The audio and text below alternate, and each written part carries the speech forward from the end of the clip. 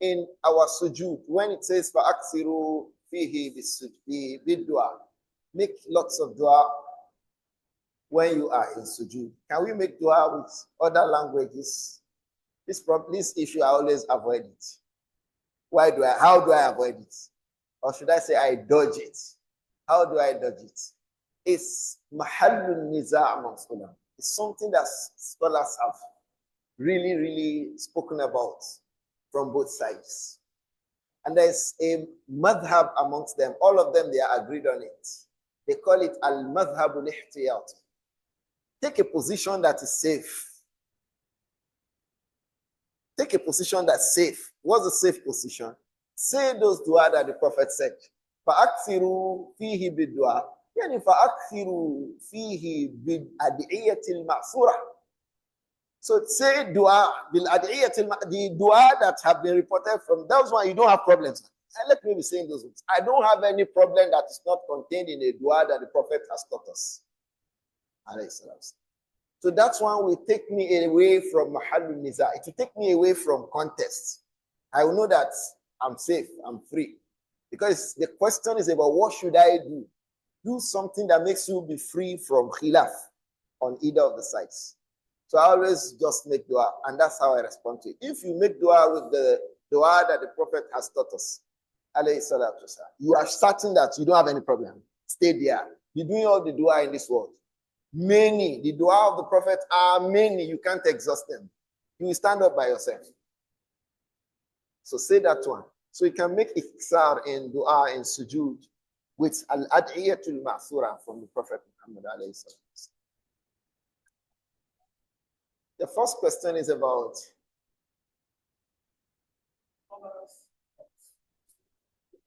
when people speak evil about the Prophet Muhammad, especially in the Southwest. What should we do?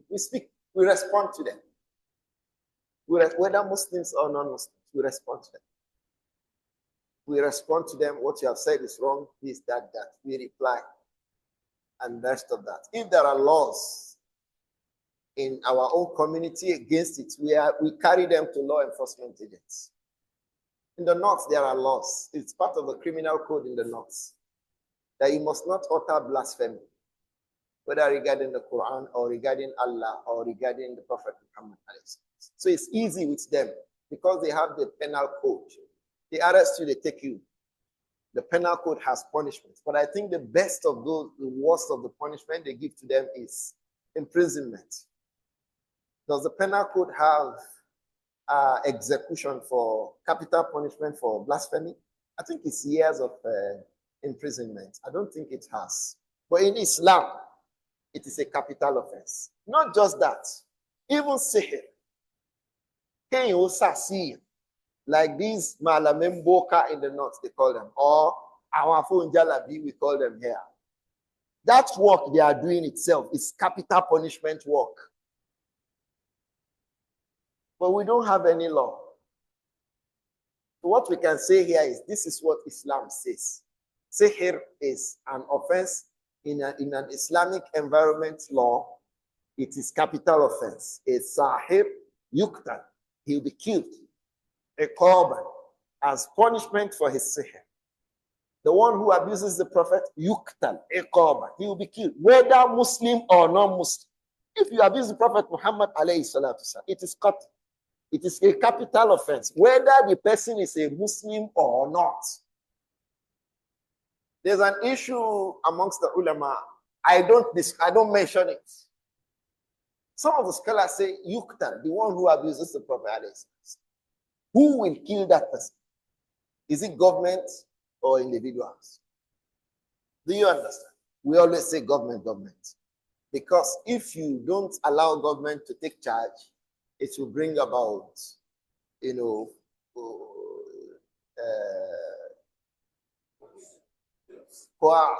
chaos. Or everywhere, everybody starts, then fight starts, and all of this. So that is what we say. Let us stop there. But I will tell you, go and read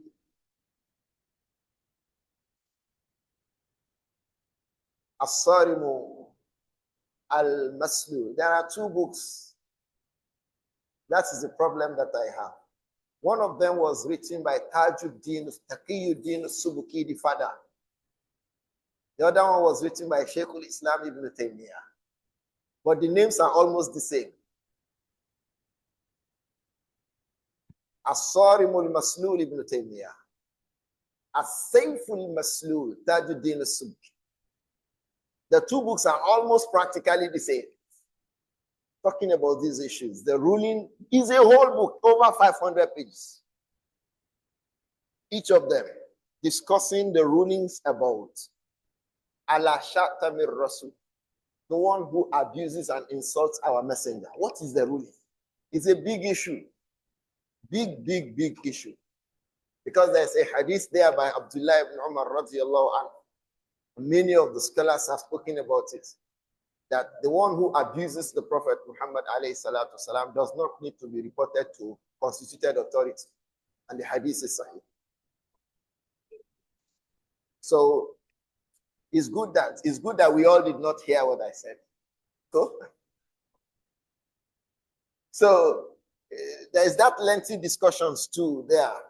Should the person be reported to constituted authority or not? So I tell us, go and, if you read it, take that position by yourself. So I think that will suffice on that. That is the reason, because if you also read Ashifa, these are books we should be reading to Yorubas. When Deborah insulted the prophet, more than 10 scholars in Sokoto and I think Kebi, they started Kitab Shifa again. You know Ashifa? My brothers in the north, they call it Ashafa. It's a book by Imam Qadi Iyad about the Prophet Muhammad alayhi salat. Everything about the Prophet. 2 big volumes. One of my mother-in-laws was studying the book Hausa,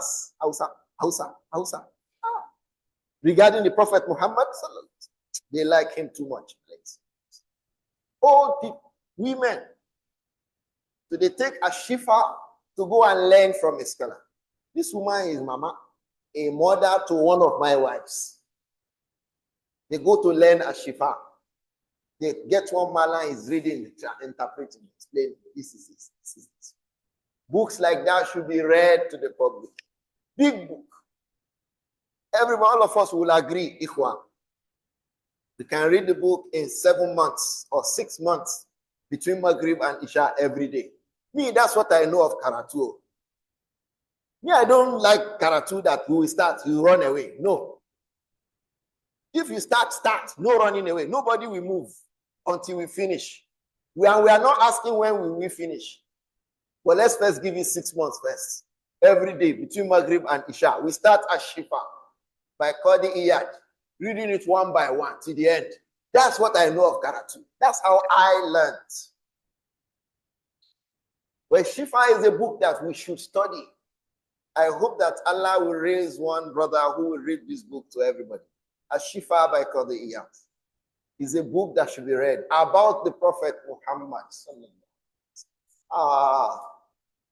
Fi hukukil Mustafa, regarding the rights of Al-Mustafa. Shifa means the healing regarding the rights of Al-Mustafa.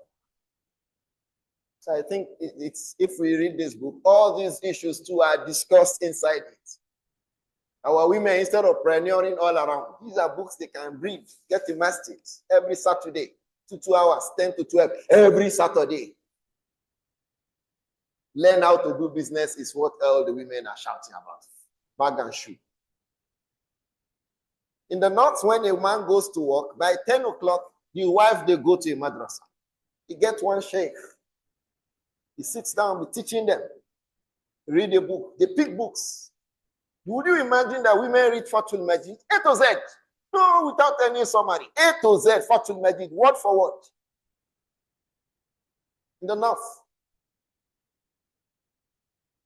When my in-law came, she saw him say, I'm reading this book. He said, you are reading this? I just gave her my copy.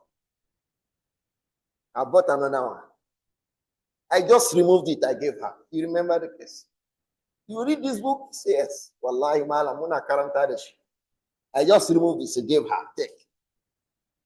So how will a woman be reading a book like that? She will be making trouble with her husband. Will she make trouble?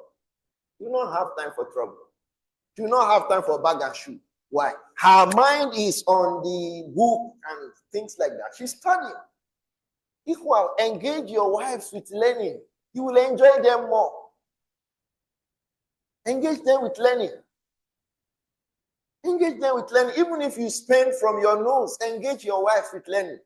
How much do you use to try to please a woman? Spend that money, look for a teacher to sit down in the masjid to be teaching women. Get 5, 10, 15, 20 women, they sit down in the masjid. At the time that people have gone to work, they too, they are free from homework. By 11, they are free. Between 11 and 12:30, every day, except Saturdays and Sundays, they are studying a book. Maybe each of the days there's a book. Monday there's a book. Tuesday there's a book. Wednesday there's a book. Thursday there's a book. Friday there's a book. 5 books in a week. They know every day we must go. On Monday, this is the book we are reading. Kitab al-Tawheed, Fathul Majid. On Tuesday, Sirah Ibn Hisham. On Wednesday, Nahu. On Thursday, Ashifa, Qadi Iyad. Like that. Their minds are on complete every day. Their minds are on the things that they learn. They don't have time for WhatsApp groups. Our own sister, you know, we started one WhatsApp group so that we'll be posting benefit. If you want benefit, who's posting benefit? Who posted the benefits? Nobody's responsible for anything on those their free WhatsApp groups by women. It's just another group for gossip. If I kill not WhatsApp group. Ajay Makaranta, in Karatu they want. If it is the Karatu they want, go sit down, learn. It has a process. It has a procedure. Do you obtain a degree without going to university?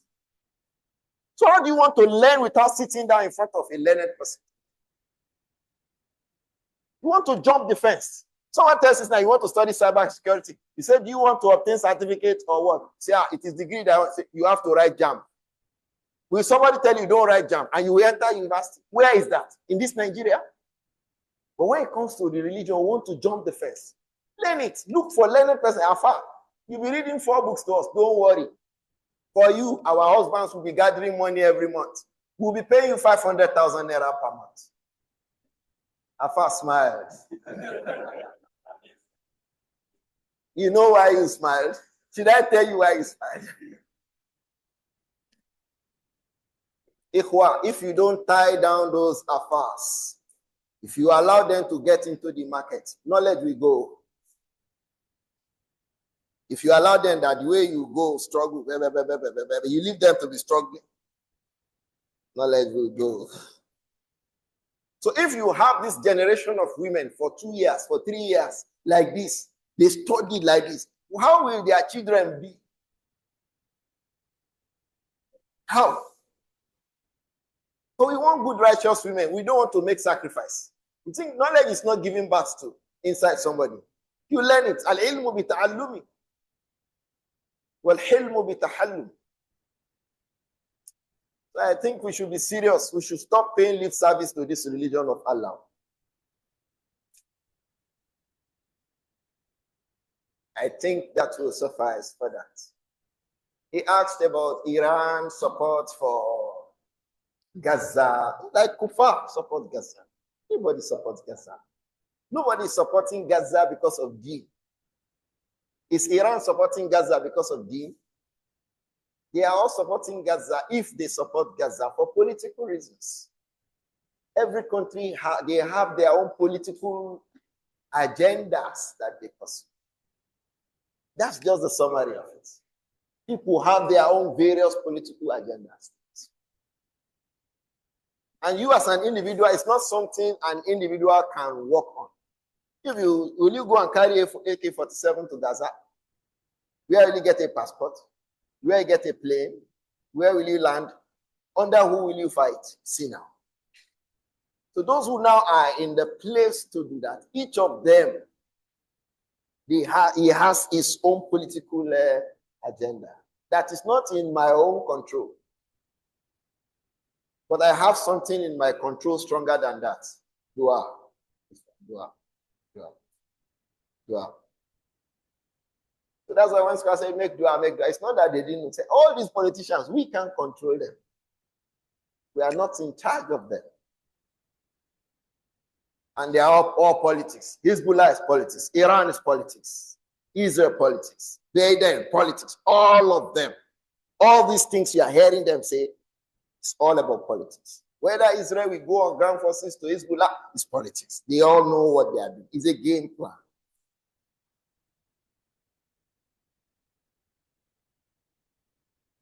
But do you know what is at the middle of that game plan? It's not Gaza. It's Makkah, Medina. The background of the game plan is Makkah, Medina. That's the target of the Israelites. You don't know? So that's why those people are waiting. Let's not say or do something that will now make them, we are the target, Gaga. So if I know that people are targeting me and they are just fighting wars all around me, do you get involved in that war? You wait. You'll be getting ready for yourself. The target is Al-Madinah and Makkah itself. The Jews believed that they were in Medina before Al-Aws and Khazraj. Because Musa alayhi salam came, when he came, he met Bani Israel. He met Jews in Medina. Musa. So they believe that they will return to Medina. But that's a lie. They won't. They won't.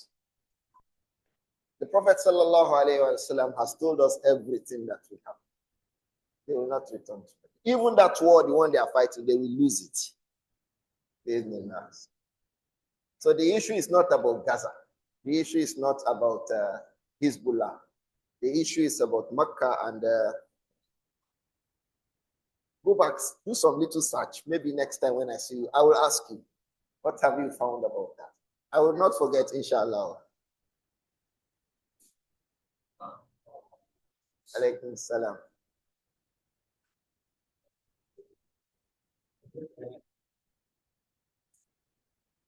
The questions are here. Who asked it? They sent it to you as they always send questions.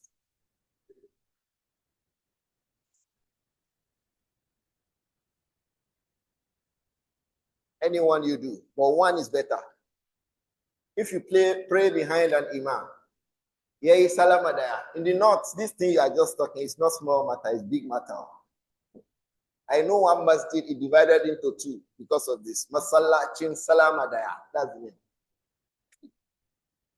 If you make one salama, they will push your head to come on, make the second one. It was a big issue that time. So the two, there is salamadaya, there is salamadi. You can say one taslim. Assalamu alaikum. You just turn your head to the right a bit. Assalamu alaikum. Salam alaikum. The hadith is at least Hassan. Then there is salam abiyu. This salam abiyu, there are about 3 ways to make it. Assalamu alaikum wa rahmatullah. You move your head to the right side to such a way that someone sitting behind you can see your cheek. Assalamu alaikum wa rahmatullah. Assalamu alaikum wa rahmatullahi wa barakatuh. Assalamu alaikum wa rahmatullahi wa barakatuh. Assalamu alaikum wa rahmatullahi wa barakatuh. Assalamu alaikum wa rahmatullah. One has wa barakatuh in the 2. One has wa barakatuh in 1 without second one. One has wa rahmatullah wa rahmatullah. That's the most common in the hadith of Abdullah ibn Umar. So 4 ways to make taslim. So if the imam makes any of these ones, you are free to make any of these ones. But if the imam makes any of these ones and you make the like of what the imam makes, it is better than making it, choosing your own. Why? That is itmaman li Allah At-Tibyān bil imam. This is, it perfects your following the imam. If you follow the imam, wa innama ju'ila al-imamu The Imam has been established so that he can be followed. فَإِذَا كَبَّرَ فَكَبِّرُ. So when he says taslim, make taslim. When he says takbir, make takbir. When he makes ruku, make ruku. When he makes taslim, you make taslim. The siga that he used, you use that siga too. It's better. But if you use any other one, it's allowed. It's just like you are praying behind an imam. He does not sit jalsatul istiraha. You can sit jalsatul istiraha.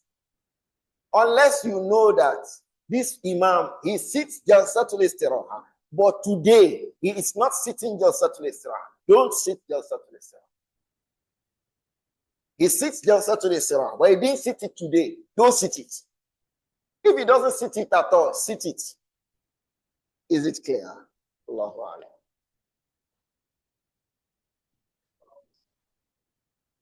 Those who are here have a bigger privilege.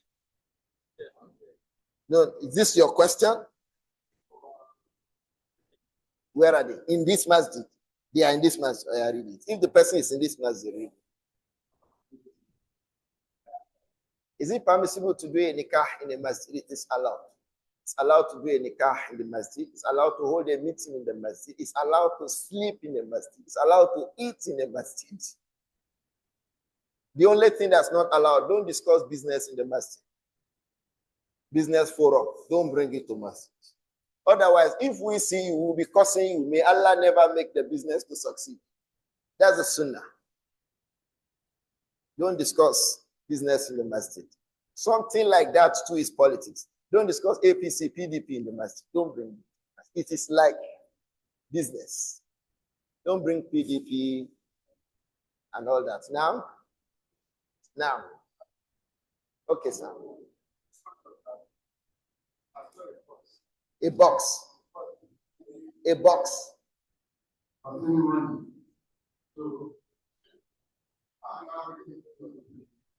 To the imam.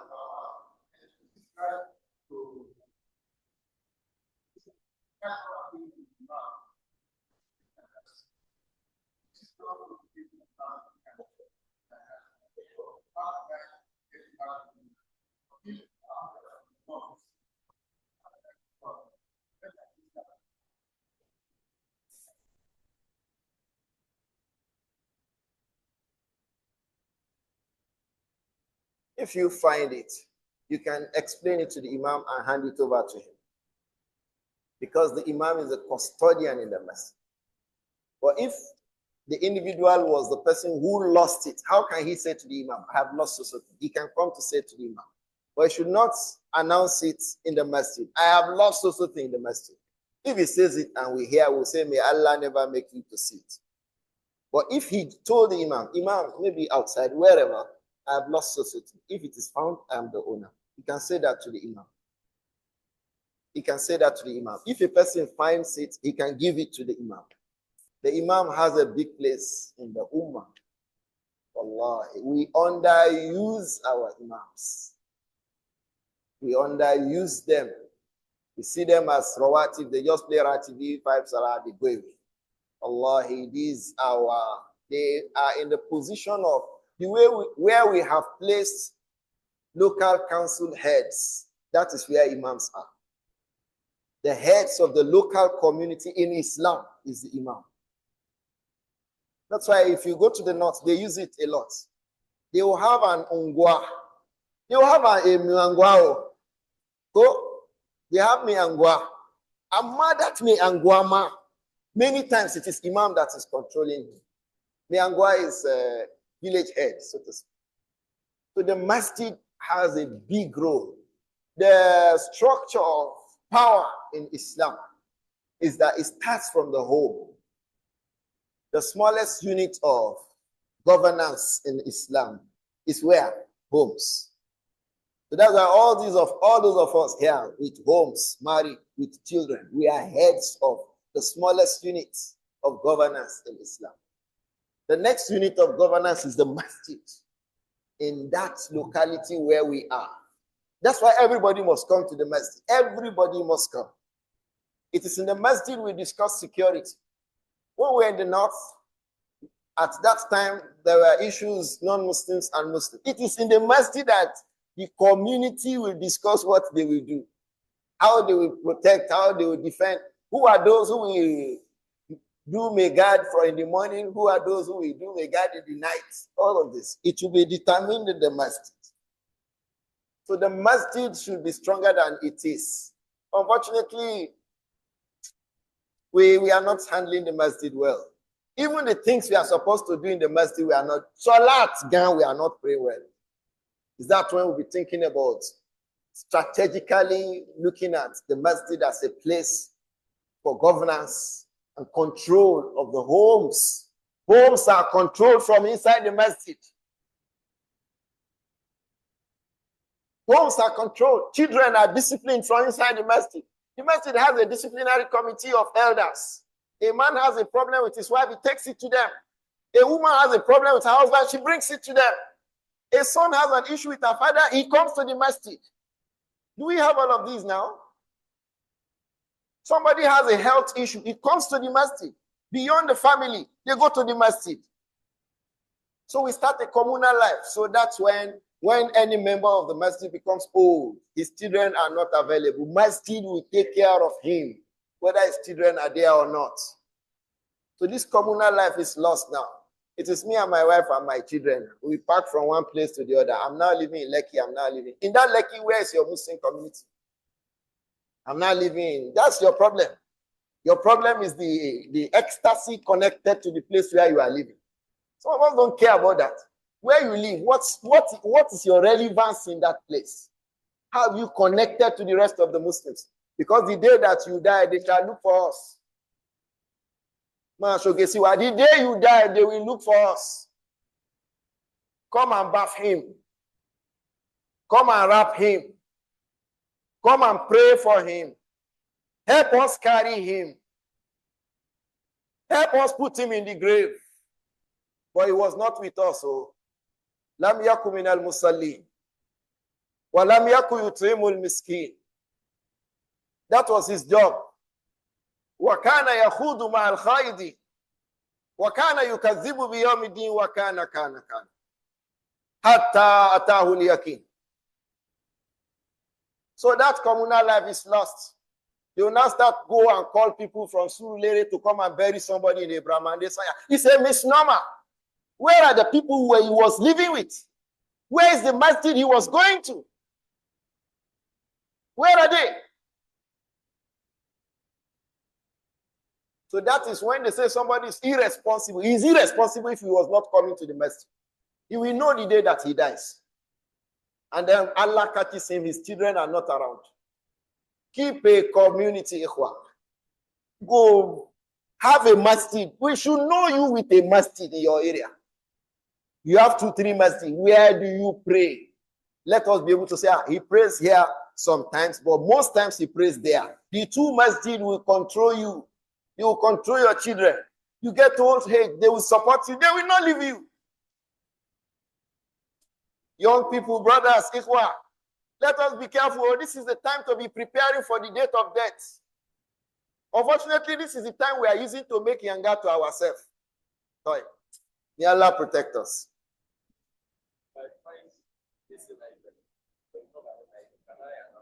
If someone finds a missing item, Insha'Allah, it is the one who has missed something that should not announce that he has missed something. Somebody else can announce, we have found so-so thing. But the one who missed so-so thing should not be the one announcing. I can't find my wristwatch. Don't bring it to the masjid. But if we find a wristwatch, we can say, hey, we have found a wristwatch. We can do that one. Is this clear? Now, related to the question.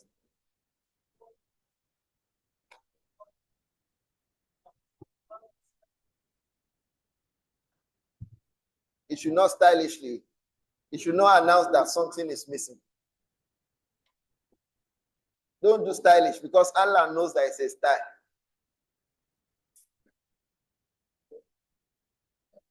Abba Rashid, Allah knows that it's a style. Okay. If a traveler leading Salah makes mistakes on Salah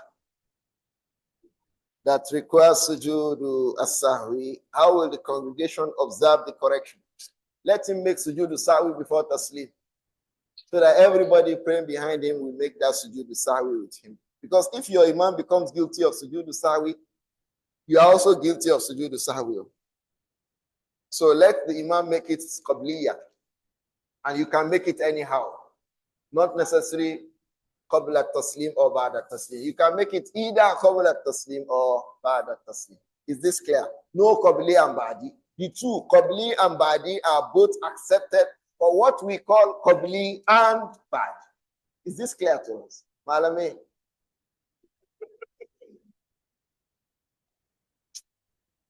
There's a basic rule in Malikiya. If you increase salah, what do? If you increase salah, Imam, what do? Malikiya. If you increase salah, what do? Badi ko qabli. Badi. If you reduce kuma, you do qabli. The two of them are accepted. Whether you increase or you reduce, you can do qabli or badi. Because if you go back to the ahadith, you will see it. Sometimes he reduced, he did qabli. Sometimes he reduced, he did badi. Alayhi salatu wasalam. One clear hadith about that is the hadith of Abu Hurairah. But that hadith has a name, Hadith Viliyadeh. The hadith of the companion with two hands. One of his hands is two of your own. He has long hands. In that hadith, he has all these issues inside. Now, it's already 3 o'clock. Okay. Abu Ayman, he said it's already 3 o'clock. And it's already 3 o'clock. Okay, let's take these questions. If a traveler leading, I think we have solved this problem. But if it happens that your imam did ba'di, what you will do is that make sure that after your own salah, you do your own sajda to sahwi, whether qabliya or ba'diya. What is the ruling about fasting of Saturday? If the person is fasting Somu Dawood, don't bring to trouble. I don't believe that it is lawful to fast on Saturday except that fasting is compulsory. Whether Somu Dawood or Somu Yusuf. هل يجوز للنسوة أن تخطبن أو يعظن الناس في المسجد بمكبر الصوت والرجال جالسون مستمعين? Well, she's asking, or he is asking, is it lawful for women to discuss in the masjid like this as we are discussing, using a microphone, and the men are sitting down listening to them? It can happen in some cases. One, there is no man who has any knowledge to teach that thing she's teaching. All the men, they don't know anything. Sufaha'ul ahlam. May Allah protect us. The time that will happen, may Allah not keep us to see it. When men were in the masjid, nobody knows anything except that woman who has to speak from behind him. The second thing, if she has to do it, maybe she wants to ask about a question. She will just ask from behind the veil. Maybe for the person in front to hear, she can use a mukabbirat sawt, and then she asks the question. But in terms of khutbah, or dars, or khitab hakada, tawil, we don't know the day that Aisha sat down, she started teaching companions. And many companions were her students. You can't have knowledge up to Aisha. Ruwiya anha sulusul ilm, rubul ilm. Imam Hakim. 1/4 of the knowledge of Islam came from Aisha. 1/4. All the knowledge inside Islam, divide it into 4. 1/4 came from Aisha. There was no day she sat down in one masjid teaching men. Yet she had many men as her students. How? They go to her house. From behind the veil, they ask her whatever questions they want to ask. She explains to them whatever explanations they want. It ends there. The basic ruling about a woman in Islam is at-tasattur, covering, protection. Don't see me. Don't know my name. Don't know anything about me unless you are my mahram or my husband. Otherwise, there is no anything. Don't know anything about her. And that's why amongst the scholars who reported ahadith, the names of women are few. Women don't like to be mentioned. Don't mention me. There's a strong qissa with which I will stop this class, inshallah. That was the qissa between Hisham ibn Urwa and his wife, Fatima bint Munzir, and Al-Imam Muhammad ibn Ishaq ibn Yasar, Sahibul Magazi. Ibn Ishaq wrote Sirah. Ibn Ishaq said that, Ista'adhantu, I asked for permission to meet the woman because Fatima bint Munzir was very learned and she was the wife of Hisham ibn Urwa. Hisham ibn Urwa is the son of Urwa ibn Zubayr. We remember Urwa ibn Zubayr, the son of Asma'u bint Abi Bakr al-Siddiq, the younger brother of Abdullah ibn Zubayr. So Hisham was learned. His wife Fatima bint Munzir was learned. Rahimahumallah. From scholars. So Ibn Ishaq took a report from the wife Fatima. When the husband heard that Ibn Ishaq reported reports from her, he quickly went back home. And he started to announce to the people that Ibn Ishaq Mara Ahli, he never saw my wife. How can he say he saw my wife? He did not see my wife. The scholars say, Lam yakun annahu ra'aha. Ibn Ishaq did not say, I saw her. The only thing, innama qala annahu sami'a minha. The only thing he said was that I heard her narrating hadith to me and I wrote it down. It was a big problem between Hisham, the husband, and Ibn Ishaq, the student of who? Fatima bint Munzir.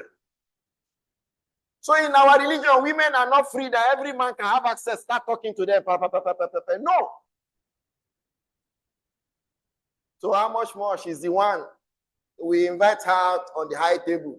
Our Ustaza, Sheikha, Fadilata Sheikh, on the high table, they start giving lecture. Oh, Lemakeo to Aisha. Aisha didn't do that. Hafsa radiyallahu anha, Salama. This is Fatima bint Munzir. There's still a problem whether in her house the report was heard. Is that the one who will come to the public and start talking to people? Women go and sit down. May Allah protect us. In the house, hope. وَقَرْنَ فِي بُيُوتِكُنَّ وَلَا تَبَرَّجْنَ تَبَرُّجَ الْجَاهِلِيَّةِ الْأُولَى وَأَقِمْنَا الصَّلَاةَ وَآتِينَا الزَّكَاةَ وَأَطِعْنَا اللَّهَ وَرَسُولَهُ إِنَّمَا يُرِيدُ اللَّهُ لِيُذْهِبَ عَنْكُمُ الرِّجْزَ. Why did Allah say that women should not be doing all these kind of things? يُرِيدُ اللَّهُ لِيُذْهِبَ عَنْكُمُ الرِّجْزَ. The day a woman begins to sit here, may Allah protect us and avoid it for us.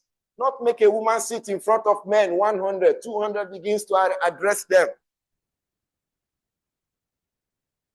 So all of you, the way you are looking at me, you'll be looking at that woman. Which religion is that? 10, 15, 20 men, 30, 50, 60, 70 men. We sit down like this with attention, all focus on a woman. Who is that woman? Public. Who is her husband? The husband didn't have any gira. No gira at all. All these men, they are looking at my wife. And my wife is talking to them. They are saying, Allah Akbar, Kabirullah, Allah Akbar. May Allah never make that happen. No, the husband is not feeling any worry.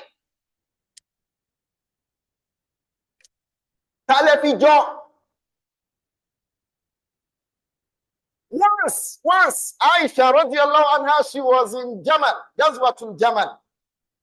Once, she regretted till she died.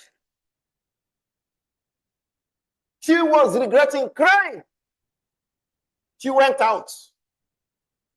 Trouble started. Two groups of Muslims had a feud. One group told her, come Aisha, if they see you, they will listen. Please, this trouble, this, that. So, okay, when I come, I will say, everybody keep quiet. That was all. She was crying every day. She did not go to deliver lecture. She was regretting because the Prophet had said, sallallahu alaihi wasallam, one of you, my wife, will go out one day. What do kilab do? Nab, the barking of a dog. One of you will go out one day amongst my wife, and the dogs of Hawab will bark on her. When she was on her way, just few distance before the place they invited her to, the dog began to bark. That was where her regret started. The Prophet has said, one of us will go out, and the dogs of Hawab will be barking on her. Aisha said, so I'm the one. She went back home. She cried till she died. Is that the woman who is standing in front of Abu Hurairah, Abdurrahman ibn Auf, Umar radiallahu anhu, Abu Bakr, everybody? They say, Sallu ala Nabi Kareem, sallallahu alayhi wa sallam. No, don't make a jest of this religion. Women, stay at home. Teach your husband and your children and any other child that is brought to you or any other woman you have access to. This is how you change the community. Because the home is the smallest unit of governance. You are the ones that are in that smallest unit. That is your office. Tus'alu anil bayt wal mar'atu ra'iyatun fi bayti zawjiha. You that you are caretaker of the house of your husband. Who make you caretaker of a masjid? Wa hiya mas'ulatun anhu. And she'll be asked about the house. So what concerns her come to the public is that this anything wants to talk to. So all the brothers with their lawani and they say, sit down. Will they be looking up or right ways or sideways or down? I mean, let's not bring all of this into our religion. People who do it, I don't think they are looking at these matters properly. Some women want to be seen everywhere. You can't be mujahida better than Aisha. I heard I just stopped it. One woman in veil trying to discuss this matter. May Allah protect us. I think I can stop here conveniently. The Prophet, the seal. I don't know whether it came with it or not. But he was there. It might be growing gradually as he was growing. Allahu Akbar. I think it's sufficient here. We have to go. I have an appointment between 4:30 and 5. سبحانك اللهم وبحمدك أشهد أن لا إله إلا أنت أستغفرك وأتوب إليك. السلام عليكم ورحمة الله وبركاته. آمين آمين.